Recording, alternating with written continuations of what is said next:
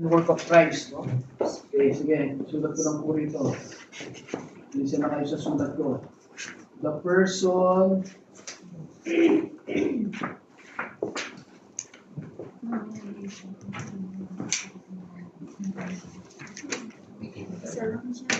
mga kapatid, pinakamahalagang paksa sa Bible, ayan, good. At least nakikilala ka na. Nung sabihin mo, ako po si, pakilala ka kay Nana. Nana, yung isa, Lilit. Pagka yung isa, Lilit ang pangalan, yung ngayon si Nana. No? Okay, mga kapatid, ilang linggo na natin tinatalakay, palagay ko pang 5 na po ngayon. The person and work of Christ. Ang una natin tinalakay dito, divinity and sonship. Kailangan po malinaw sa atin to, no? Divinity and sonship. At tatapusin natin ngayon, no? Sonship. So, tapos tinalakay natin letter A, His pre-existence.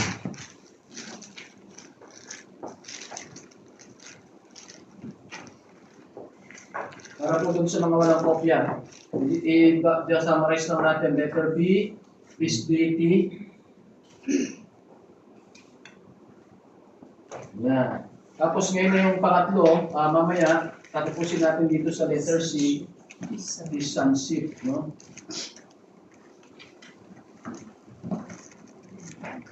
Kung meron po kayong isang tao na ini-encourage ko kayo, di ba sa buhay natin, minsan may mga tao tayo na gustong inaaral yung background, no? Pagka mahal mo raw ang isang tao, lahat ng bagay sa kanya ay ano sa'yo, mahalaga, no? Yung background niya, yung kanya mga strength.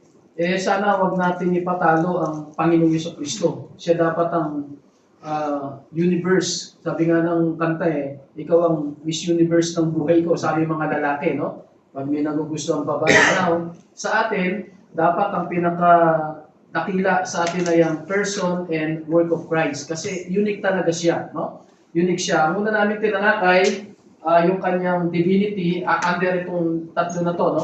So susunod na aralin natin, second na, tawag natin incarnation, hindi reincarnation, ha? Ano yung nangyari kung paano ang Panginoon ay nagkaroon ng katawang tao? Ang tawag doon sa doktrina ay incarnation. Yun yung Roman number 2 natin. Next week na yun. Nihanda ko na po yung lesson pero nakita ko kasi hindi pa pala tayo tapos dito sa sonship. Incarnation, hindi reincarnation, ha? Incarnation, ibig sabihin yan, paano yung Diyos ay pumasok sa katawang tao. No? Pero next week na yun. So mga kapatid, inaral natin yung His pre-existence. Ang daming talata na pinakikita ng Panginoon Jesucristo ay nandiyan na bago pa siya pinanganak. Meron kasi ang paniwala nila, nagsimula lang ang Panginoon nung pinanganak siya. Di nauna pa sa kanya si Plato. Nauna pa sa kanya si Alexander the Great. Paano? Hindi tama yun, no? Bagamat hindi pa siya pinapanganak sa katawang tao, nandiyan na siya kasi Diyos siya. Ang Diyos kasi isa lang pero may tatlong persona, no? Ayun, siguro isang beses aralin din natin yung Trinity. Napaka-misteryoso pero importante, no? Ang Diyos ay may tatlong persona, no? Trinity ang tawag doon. Pag sinabing Trinity, ang ibig sabihin, God the Father,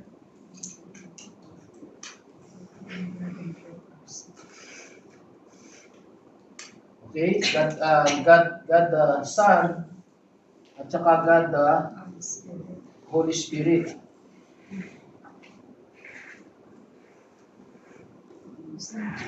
So, ang anak, kasama na ng ama, nakalagay yan, no? So, pinakita natin yan na bago siya, kaya nga may mga tanong siya. Sabi niya, paano nangyaring yung anak ni David ay Panginoon din ni David? Ba't tinawag niyang Lord? Yung parating na anak niya, no? Kasi nga, pag hindi mo alam tong doktrina ito, nakakalito. Tapos sabi niya, bago pa si Abraham, nandiyan ako. No? Si Abraham, tuwan-tuwa siya na makita ako at natuwa siya dahil nakita niya ako. Si Abraham po, 2,000 taon ng lamang niya bago pinanganak si Jesus Christ. Paano nangyari na nakita siya ni Abraham? Kasi nga, pre-existent siya. Alala yung message nila Sunday, yung Sodom and Gomorrah, 3 yung anghel, tapos may isang anghel doon na laging tinatawag na Lord, gano'n, ano? Si Jesus Christ yun. Hindi pa siya nagkatawang tao, pero nagpapakita siya bilang anghel. No? So, pre-existent ang tawag doon. Then later on, inarag natin yung deity. Ano ang mga ebidensya natin?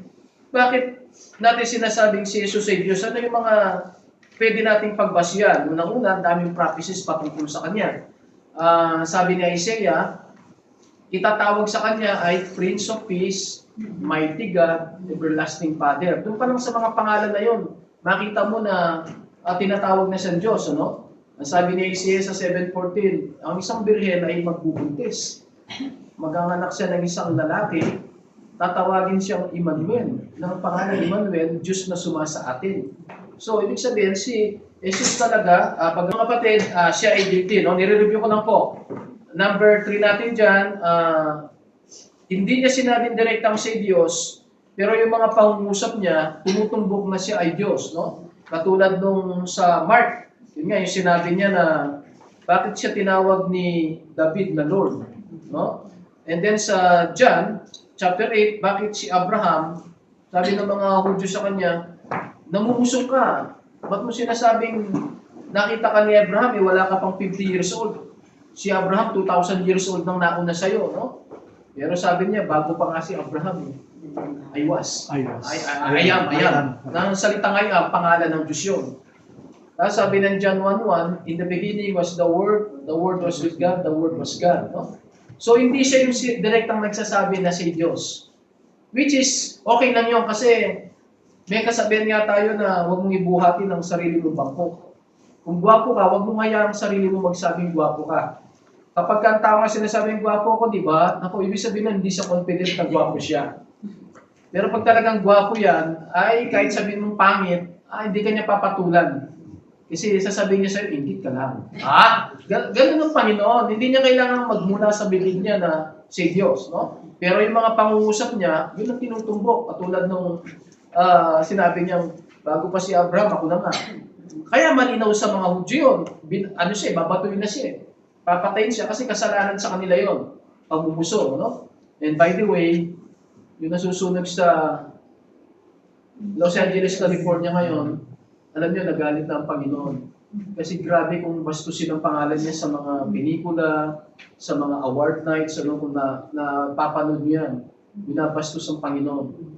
Pero mo, dun sa Emmy Award, 5 yan January 5. Sabi nung parang pinaka-host nila na babae, ang Diyos hindi bumoto zero vote daw ang Panginoon. Tapos hindi siya nagparamdam. Parang dinidin nila na walang Diyos, no? Tinatawanan nila, after 2 days, nasunog na. Nakakita kayo na sunog na 5 araw na ngayon, 12 na ngayon, di ba? Nagsimula siya ng 7, parang 6 days na. Sa atin sa Pilipinas, ang sunog, matagal na yung 3 oras. Walang isang araw na nasusunog sa Pilipinas, no? Pag 3 oras na yan, marami nang na-damage siya, no? Normally, 1 oras na papatay na yan. O kaya, kung di man mapatay, ubus na yung bahay na sinunog. Hindi abutin ng 1 oras. Doon, 6 na araw na mga kapatid, lahat ng mga bahay ng mga celebrities, ganyan gumanti ang Panginoon. Kaya huwag natin babastusin ang pangalan ng Panginoon. Lalo na ang Panginoong Jesucristo. Okay? Yun, direkta pa nga, God, hindi pa kasi Jesus Christ ang sabi ng Panginoon, sambahin yung anak ko, ang hindi sumasamba sa anak, hindi sumasamba sa akin. Okay? So, tuloy natin. Yung mga disciples niya, dineclare din na si Diyos, si John, si Peter, inaral natin yan, si Tomas, my God and my Lord. Nung nakita niya ang Panginoon, sinabi niya talaga yun, no? And then pang-5, bakit hindi niya pinipigilan yung mga sumasamba sa Kanya? Ang dami kaya nakalagay sa Bible na sinamba siya ng wise men. Di ba yung Pasko? Dumating yung wise men. Pagkapanganak pala ng Panginoon, hinahanap na siya para sambahin. Napakalinaw nun sa Bible. At nung matagpuan nila, sinamba talaga nila, nag-offering pa Kaya nga isa sa offering, natin yun di ba? Nagdala sila ng ginto, kamanyang, at saka mira. Tapos yung leper, sinamba siya. Sabi niya, Panginoon, alam ko naman na kung gusto mo, mapapagaling mo ko. Sa kanya sinamba ang Panginoon. Yung mga bata na papasok ang Panginoon sa Jerusalem, sinamba siya. Si Mary of Bethany, ibang klaseng pagsamba. Binabanggit ko sa inyo, pagsamba kasi ay pag yung noo mo, mo sa lupa. Ang ibig sabihin yan, nagbabow down ka, no? Si Mary, nakaupo ang Panginoon, habang may kausap, kumakain sila, inano niya yung kanyang paa. Pinahiran niya ng langis. Actually, hindi langis yung pabango yun. Tapos ang pinampunas niya, buhok niya. Yun ay ako worship. Ako worship yun, mga kapatid. No? And then all the angels, inutusan na sambahin siya. At ang Ama mismo, God the Father, tinawag niyang Diyos ang kanyang anak. So, kung ikaw ayaw mong tawagin Diyos si Jesus, dahil pa ang God the Father. Ang God the Father nga, dapat hindi yan tatawag ng Diyos sa kanino man dahil siya yung gusto magpasamba. Pero wala siyang magawa eh. Yung anak niya, Diyos eh. So sabi niya, tinawag niya rin Diyos ang kanyang anak. Sa Hebrews 1:8 yun. And then, even yung mga masamang espiritu, sinasamba si Jesus. Pag nakita si Jesus, sinasamba nila eh. Kumbaga, ayaw nila yon, against sa kalooban nila, kaya nga sila tinanggal sa langit eh. Pero parang nadamay lang sila, no? Si Lucifer talaga ang pasimuno, kaya lang nakumbinsi sila na samahan niyo ko. Labanan natin ng Diyos. O yun, tinanggal sila sa langit. No? Pero pag nandito sa lupa, nung nandito si Jesus, kilala nila siya. Jesus, ahatulan mo na ba kami bago ang panahon? Buti pa yung evil spirit, tinatanggap na Diyos si Kristo eh. No? Ang dami niyan sa Bible, mga kapatid. And then number 9, ito yung tinalakay natin last week, yung pinakapinaso sa kanya, kaya siya pinako sa krus, pamumusong. Blasphemy. No? Kasi bawal sa mga Hudyo na tao ka, sasabihin mo, Diyos ka. Si Jesus, bagamat nagkatawang tao, hindi naman nawala yung pagka-Diyos niya. Kaya lang, yun yung dating ng salita niya, dinimanda siya. Napatunayan, kasi hindi niya tinanggi. Pinapagawa sa kanya, sinasabi mo ba, anak ka talaga ng Diyos? Minsan, tatagawin niya, ano ba yung sinasabi mo niya, pinaniniwalaan mo ba? Sabi niya, magagalit ngayon yung Kumbaga, hindi sasabihin ni Jesus na, oo, sinabi ko. Pero hindi niya sasabihin na hindi ko sinabi. Alam niyo sa korte, maraming punto yan eh. Pagka tumahimik ka, either inaamin mo or tinatanggi mo, no? Pero ang hirap nun eh, ang bentang sa kanya eh, sinasabi mo raw, Diyos ka, inaamin mo ba? Hindi niya tinanggi. Okay, so mga ebidensya yan. Tapos meron ding divine attributes attributed to Him. Yung mga gawa, ang Diyos lang nakakagawa, bakit niya ginawa? Katulad nung naglikha siya. Sabi sa Bible eh, walang nilikha kung hindi dahil sa Kanya. At siya rin ang lumikha sa lahat. Sabi rin ng Bible, siya ang nagko-control sa lahat. Mga kapatid, tingnan nyo, no? Ang mundo, nakabitin tayo sa kawalan. Wala tayong tukod, wala tayong poste, wala ring tali. So isang pitik lang ng Panginoon yan. Pag nawala na yan sa sa rotation niya, yari tayo. Pag lumapit lang ng konti ang araw earth sa araw, sunod tayo. Pag lumayo ng konti, mamamatay tayo sa ginaw. Pero ginagawa ng Diyos yan, miniminuto, kinokontrol niya yan sa pag-ikot sa araw. Ewan ko kung alam niyo na yan. Ang pagkakaalam natin, lahat ng planeta umiikot sa araw. Tapos yung buwan naman umiikot sa mundo. Pero alam niyo ba na na-discover lately na pati yung araw, umiikot din yan. Di lang natin napapansin dahil napakalaki. Umiikot din yan, may inikutan din yan, no? Na galaxy na tinatawag, tsaka Milky Way. Mind-boggling yan. Sasabihin ng tao, aksidente lahat. Hindi po aksidente lahat yan. Merong matalino na gumawa niyan. At merong makapangyarihan na umahawak niyan.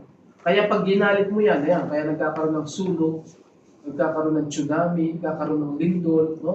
Tingnan nyo ngayon, ang balita, kung nasusunog doon sa kabila, alam niyo ba sa Saudi, umulan ng yelo? Sabi namatay. Saudi, Saudi, pati sa Dubai. Yun mo, iba na talaga ang nangyayari, no? Nagpaparamdam na ang Panginoon. And then isa pang ginawa niya na ginagawa lang ng Diyos, nagpatawad siya sa kasalanan. Sabi ng mga Hudyo, ba't ka nagpapatawad? Diyos lang ang may karapatan niya na. Hindi naman umimik ang Panginoon. Na parang sinasabi niya, bahala kayong mag-conclude, no? Tama yung sinasabi niyo. Dahil nagpatawad ako, anong ibig sabihin nun? Okay, ngayon, dito tayo sa 11. Kung may kopya pa po kayo, no? Ang tawag natin dito, the divine titles and names are attributed to Him. Pero, dadagdagan ko po ito sa mga susunod na lesson, no? Yung mga title lang na binigay sa kanya katulad ng Son of God, capital letter. Tayong tawag sa atin, children of God.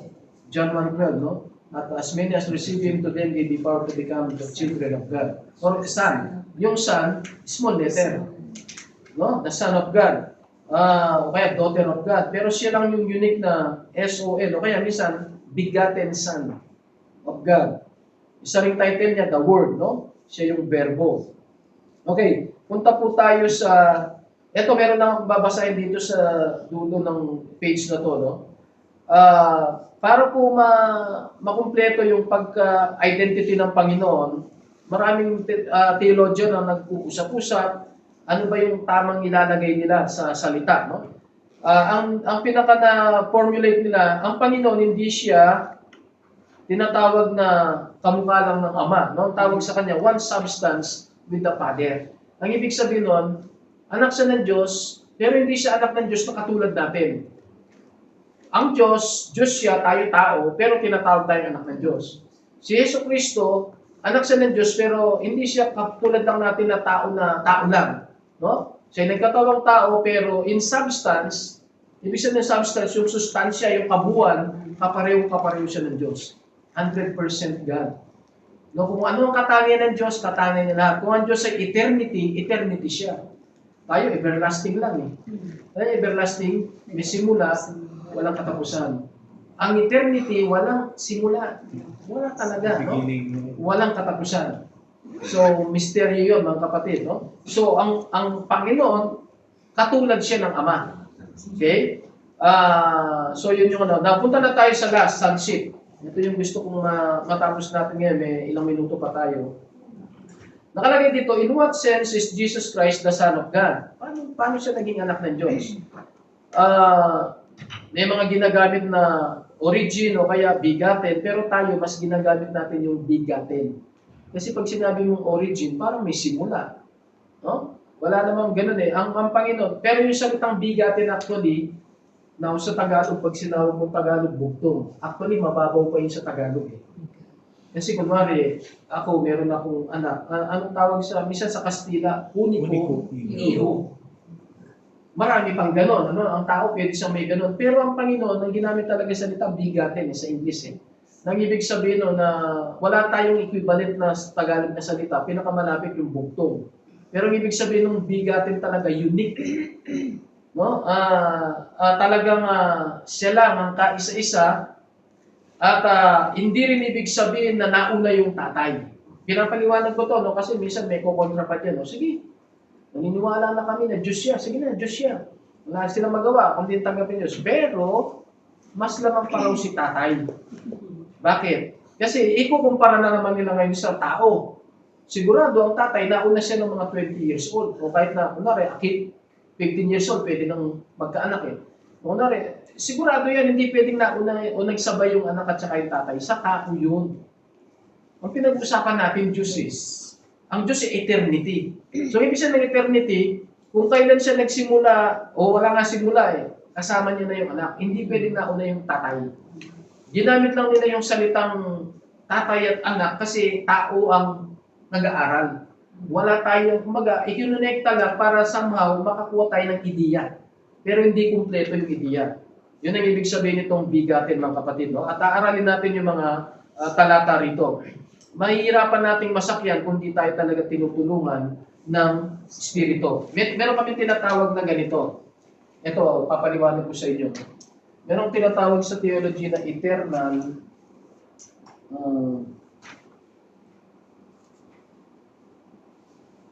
generation. Ibig sabihin ng generation, nag-i-exist na sila ng sabay na sabay. Diba John 1:1, in the beginning was the Word, and the Word was with God. No? Kasabay niya, and the Word was God. Walang panahon, mga kapatid. Walang panahon na hindi pwedeng nauna yung Ama. No? Sabay na sabay sila, kasi pareho silang eternity. Ano? And then, meron din kami tinatawag na divine procession. Yun ang gusto kong isa pa palang salita na unawain yun. Divine procession. Kaya maganda rin na meron tayong whiteboard, ano? Kasi nadadagdagan ko yung paliwanag. Ano yung ibig sabihin ng divine procession? Ganito yan. Yung mga nag-artistang katulad ni Brother Darwin, maintindihan ko eh. Sa mga artista, alam niyo ba na pinagdidebatihan pa nila yung tinatawag na ano? Kunwari si Brother Darwin, pareho kami bida sa pelikula. No? Kunwari pelikula lang, no? Tapos na yung pelikula. Di ba pag sa introduction ng pelikula, ilalagay muna yung yung title, sino yung mga artista, di ba? Pinag-aawayan pa yung ano bang ilalagay natin? Ed Camintuan and Darwin, ganito, no? Mag-aaway pa yan. Kasi importante kung sino yung nauna. Ngayon, minsan para ma-solve yun, meron naman talagang mas sikat na sikat. Minsan yung talaga unahin, tapos boldface, malaking letra. Tapos N. Pinag-aawayan yun. No? Hindi lang sa sweldo, kundi sa position, ano? Kung sino yung pinakasikat.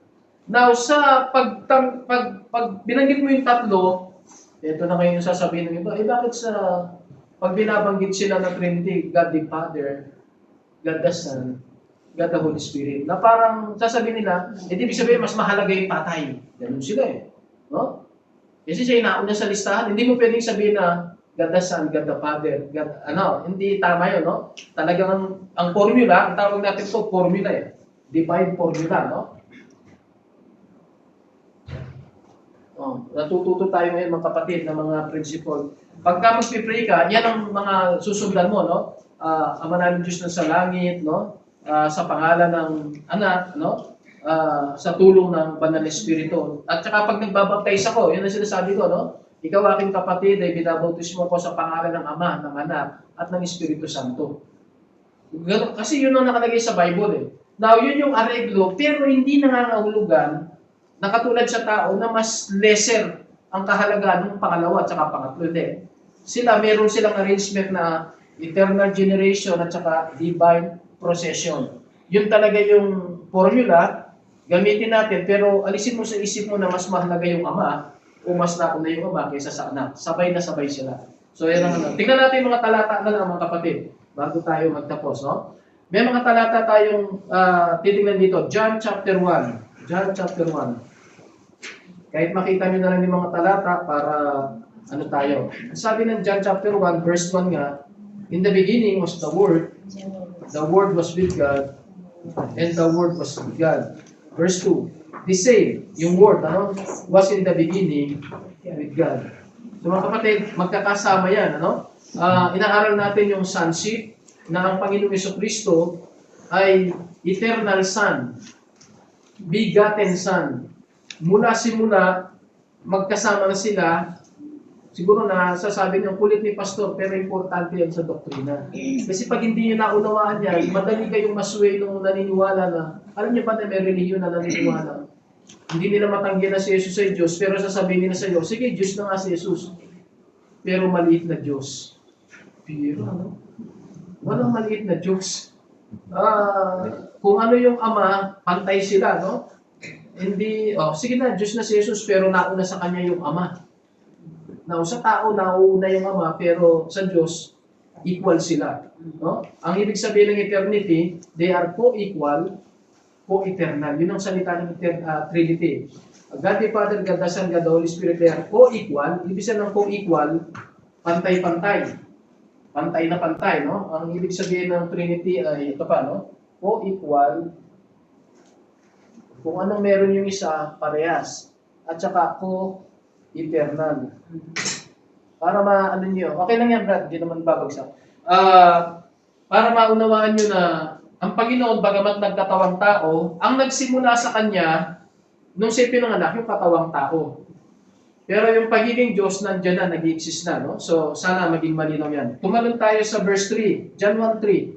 All things were made by Him. Importante kaya, alam nyo, yung pagkakagrammar ng Bible, lalo na yung King James, doktrina ang nakasakay dyan. No? Lahat ng bagay ginawa niya. Tapos ang sumunod, and without Him was not anything made. That was made. Walang nagawa kung wala siya, no? Mga kapatid. And then tumalon tayo dun sa verse 11 na lang. Verse 10. Verse 10. He was in the Word. Kaya lang, nagkatawang tao siya, no? The Word was made by Him. Napakalinaw. Nilikha ang mundo niya, no? And then, ang sabi niya, and the Word knew Him not. Ano yung knew Him not? Hindi siya tinatanggap. Hindi siya kinikilala. Alam niyo, sa Amerika, kahit sa Pilipinas, ginagawa yan, no? Mga kapatid, kung ako sa inyo, magpapakatibay ako sa salita ng Diyos. Alam niyo ba sa Pilipinas, meron na rin Church of Satan? Hindi sila naniniwala sa Diyos, pero naniniwala sila sa kalaban ng Diyos. Pwede ba yun? Ganun ka-deprave ang tao, no? Tapos ito pa, hindi sila naniniwala sa Diyos, pero binababoy nila ang Diyos. Anong ibig sabihin nun? Sa konsensya nila, anumang denial ng bibig nila, sa isip nila, kinokonsensya sila na may Diyos, kaya gagawin nila, kung ano yung gagawin nila para i-prove nila na walang Diyos. Mga kapatid, kung wala talagang Diyos, tumahimik ka lang. Ibali wala mo lang siya. Wala pala siya. Ba't nila kinakalaban kung wala siya? Nakakuha niyo? Kaya ngayon, pag nag-rally sila sa Amerika, no? Ang nilalagay nila, makita niyo sa nakapost sa Facebook, no? Get out God, no? Pinapaalis nila ang Diyos. Huwag ka sumali dito. Alisin natin ang Diyos sa California, no? Kaya, hinahatulan sila ng Panginoon. Nakakalungkot. Bagamat nalulungkot tayo na may mga napapahamak, pero mga kapatid, sana maging matibay ang paniwala natin. No? So, ano pang sabi niya sa verse 18? John 1:18. Sabi niya sa John 1:18, no man hath seen God at any time. Walang tao. Pero, the only begotten Son. Bakit? Kasi siya Diyos. No? Kasi siya Diyos. Kaya nga, sa Bible mga kapatid, diyan natin mapapatunayan bakit kailangan mong kilalanin si Jesus para makilala mo ang Diyos. Bakit? Kasi kasama niya ang Diyos mula pa sa simula eh. Kung si Jesus ay tao lang, nagsimula lang siya nung pinanganak siya, paano niya mapapakilala ang Diyos eh? Nauna ang Diyos. Nakuha niya, kaya ang tawag sa kanya, verbo eh. Kumbaga, eto ang Diyos, para makilala mo ang Diyos, meron siyang pinadala sa atin, nakasama na ng Diyos mula pa ng simula. Yun ang sinasabi ng verse 18. No man hath seen God at any time. Pero meron siyang kasama, the only begotten Son, which is in the bosom of the Father, He hath declared Him. So ipinakilala siya sa atin. I hope na kikita natin ang kahalagaan. Punta tayo sa 17:5. Diyan pa rin, no? Lahat ng mga nasa book of John, ano muna, 5 pala. Chapter 5. John chapter 5, verse 18. Sinasummarize ko na lang itong mga verses. Ang sabi ng John 5:18, para hindi na kayo lumayo kung nasa mobile lang mas madali. John 5:18, therefore, the Jews sought the more to kill Him. Bakit gustong patayin si Jesus? Because He not only had broken the Sabbath, madali pa yun eh. Hindi niya raw sinusunod yung Sabbath, but said also that God was His Father. Alam na mga Hudyo ibig sabihin nun, making Himself equal with God. Sino ang nagbibintang sa Kanya? Yung mga kalaban. No? Ba't niya sinasabing tatay niya ang God the Father? Ginagawa niyang kapantay niya ang Ama. Which is exactly yun ang ginagawa niya. Na hindi niya sinasabi. Alam niyo, ang Panginoon talaga, ay papakita niya sa gawa at sa mensahe na talagang siya ay Diyos, na hindi niya sinasabing direkta. Pero walang duda dun sa nakakarinig. Kuha-kuha nila eh.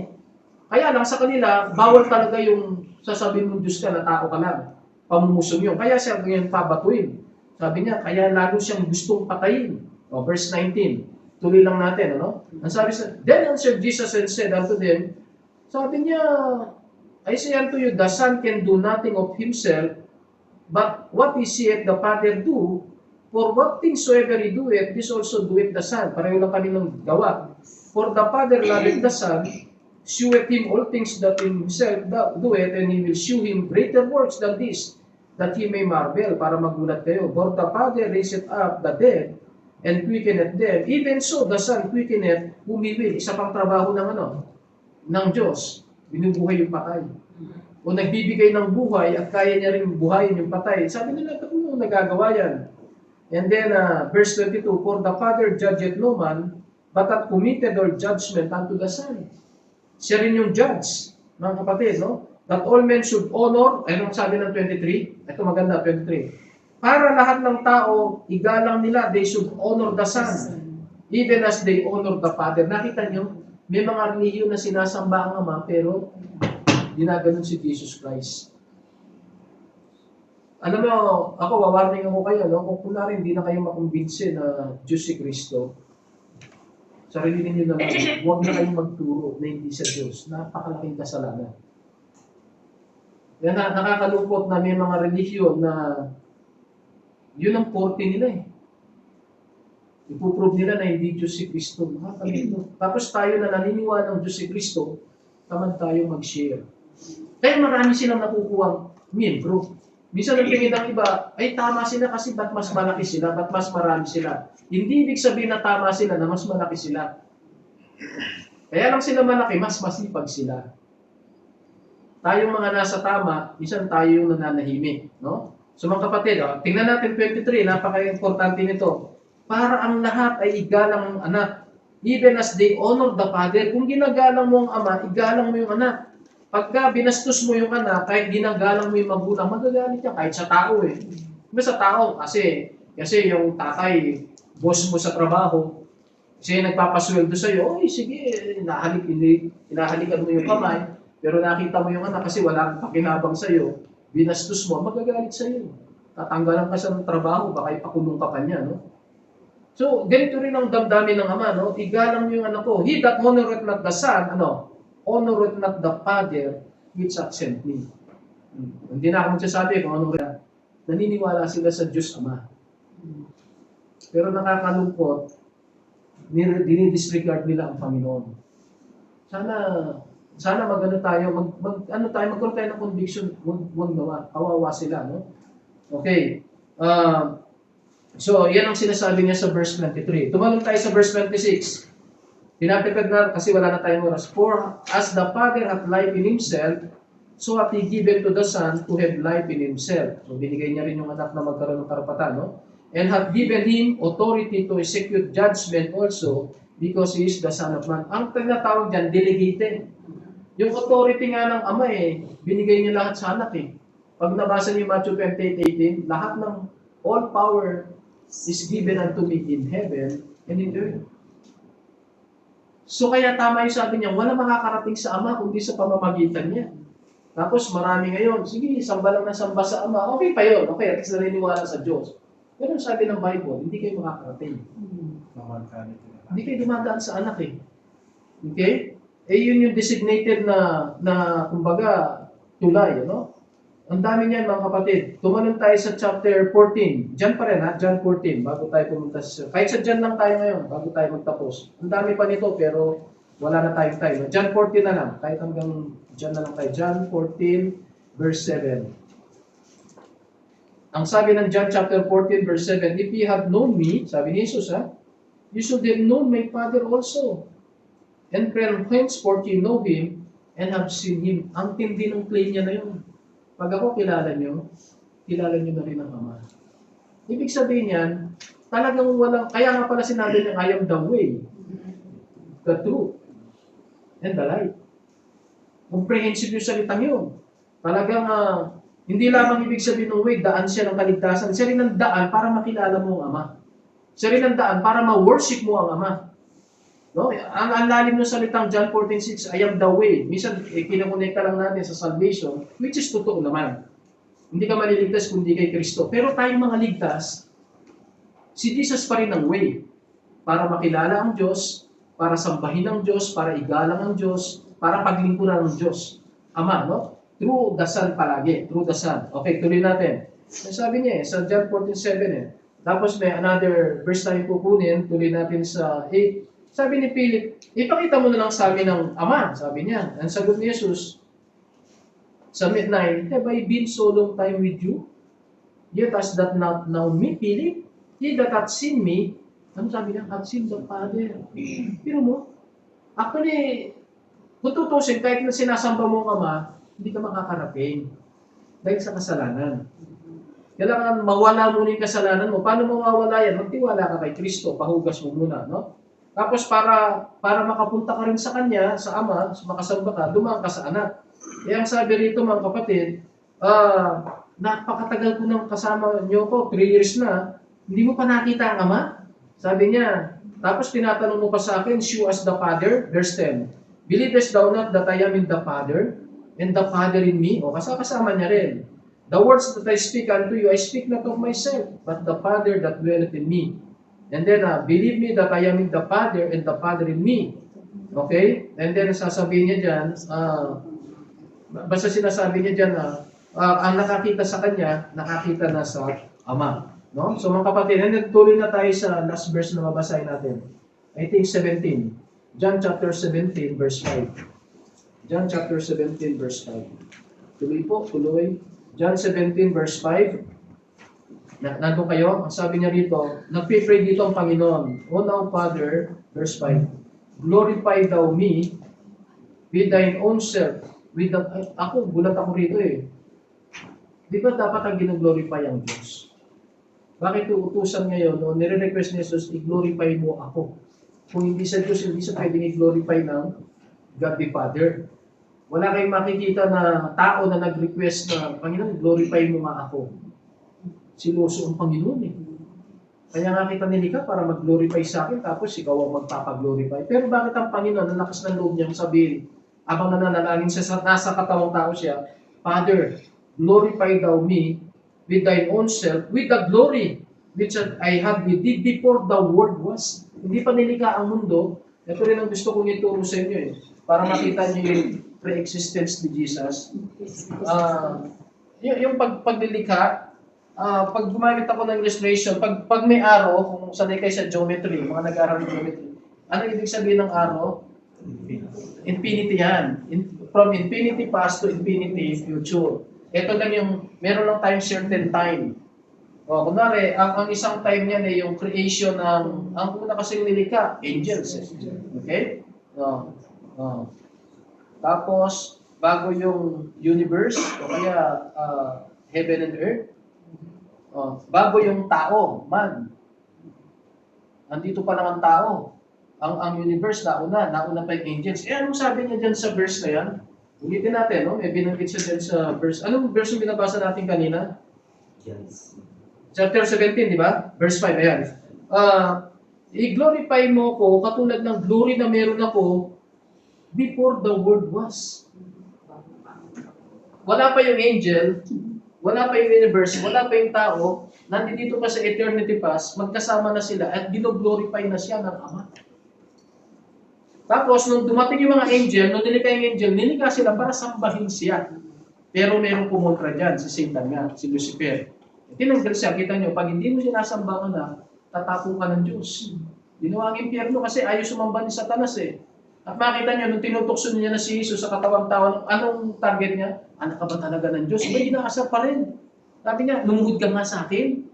Ibibigay ko na yung buong mundo sa iyo. Kita nyo, ang ano talaga ni Satan, gusto niya siya yung sambahin.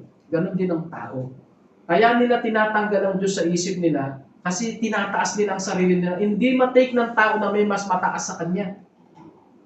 Kaya ang gagawin niya, i-destroy niya yung paniniwala ng tao sa Diyos para siya yung maging Diyos. Actually, yan ang original na kasalanan.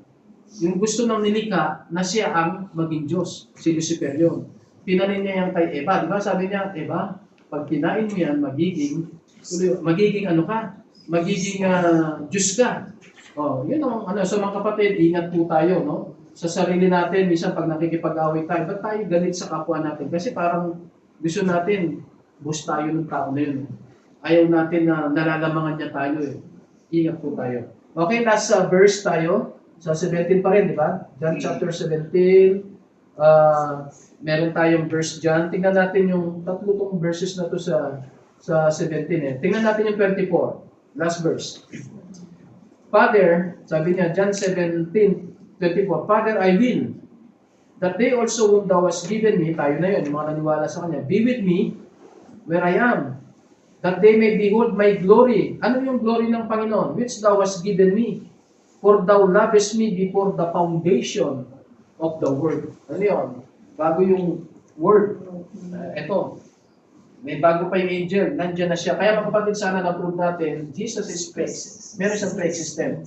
Bago siya pinanganak sa katawang lupa, nag-exist na siya with the Father. No? Yung deity, lahat ng ebidensya nandiyan dyan. Lalo na yung sonship.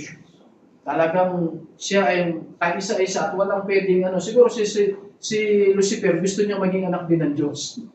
No? Eh, hindi pwede. Hindi pwedeng may karibal ang Panginoon sa damdamin ng Ama. No? So, yan lang mga kapatid. Baka may tanong kayo. Hindi natin natapos lahat ng verses pero napakaganda. No? Kung nakapag-uwi kayo ng kopya, babasahin niyo yung mga verses. Ako, as a pastor, mas gusto kong nakikita niyo yung mga verses talaga no? Sa sarili ninyo na pag-aaral. Baka may tanong kayo. Bago ko i-close yung next week, Lord's willing, aaralin natin yung the incarnation of Christ. Hindi reincarnation, huwag kayo maniniwala sa reincarnation. Ha? Ang reincarnation, yung pag namatay ako, yung espiritu ko, kaluluwa ko, lilipat sa daga. Kung masama ako, pag mabait ako, baka sa ibon, ano, o baka sa baka. Mali yun eh. Ano yun eh, pababa. Ano? Ang Panginoon, Diyos siya, pumasok siya sa katawang tao. Naganda ng katawang tao dahil nga may kailangan gawin no, na misyon. Huwag kayo maniniwala sa reincarnation. No? Kasi ang espiritu natin sa atin lang yan. Pag namatay tayo, doon na sa destinasyon yun.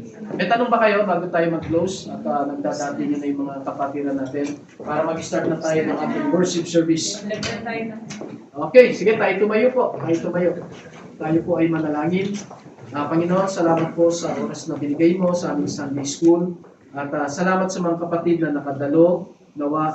Na-conclude po namin ang napakahalagang katuruan sa Biblia that the Lord Jesus Christ is God, the Son of God, the only begotten Son of God, na siya Diyos, na siya po ay nag-exist bago pa siya pinanganak sa katawang lupa, at siya ang nag-iisa at bugtong na anak ng Diyos. Nawa Panginoon ay maunawaan din namin na ang nakakakilala sa anak ay nakakakilala sa Ama, ang gumagalang sa anak ay gumagalang sa Ama, at wala po makakasamba, makakapaglingkod sa Diyos na hindi dumaan sa Panginoon na magiging katanggap-tanggap sa Diyos Ama. Nawa Panginoon ay matutunan namin ang napakahalagang doktrina na ito o katuruan upang tumama ang aming ang paraan ng aming kaligtasan, ang aming buhay, ang aming paglilingkod. Patubayan mo po ibig ang aming worship service sapagkat ang lahat po yung aming hiling at dalangin, puno ng pagtitiwala at pasalamat sa pangalan po namin Panginoon Jesucristo. Amen. So,